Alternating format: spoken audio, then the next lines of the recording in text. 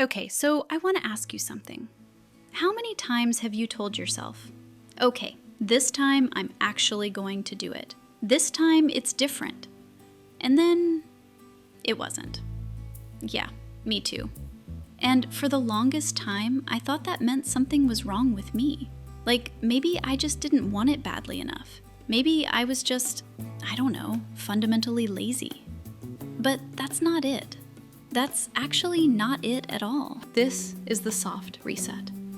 I'm not here to give you a morning routine or sell you on some system that changed my life in 30 days. I'm just here to talk honestly about the stuff that's actually hard, because I think that's more useful. So, let's talk about change and why it's so annoyingly difficult. Here's what I used to do. I'd get this burst of motivation, usually at like 11 p.m. for some reason. And I'd think, okay, tomorrow everything changes.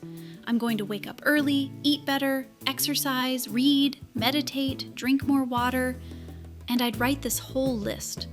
And the next morning I'd wake up, look at the list, feel completely overwhelmed, and do none of it. Sound familiar? The problem wasn't that I was lazy. The problem was I was treating change like a light switch. Like one day I'd just flip and become a different person. But your brain doesn't work like that.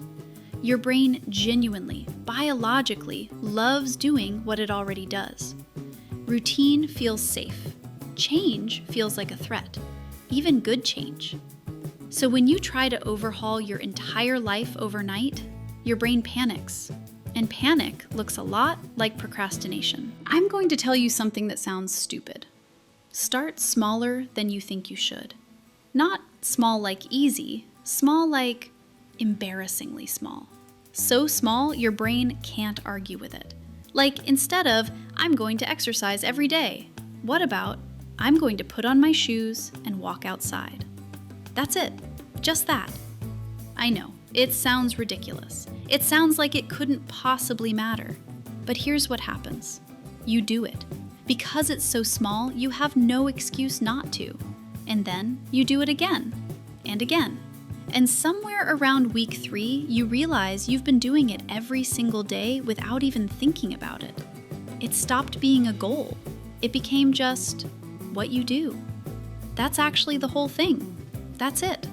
You're not trying to build a habit. You're trying to become someone for whom that thing is just normal. And that only happens with repetition. Quiet, boring, unglamorous repetition. Okay, but here's the part I really want to talk about, because I think this is where most people actually lose. You miss a day. Maybe you're tired. Maybe life got in the way. Maybe you just didn't feel like it. And then you tell yourself you've ruined it, that you've failed, that you might as well wait until next Monday or next month or next year to try again. I've done this so many times. And what I've realized is, missing the day isn't the problem. What you say to yourself after is the problem. Because one missed day is nothing. One missed day doesn't break anything.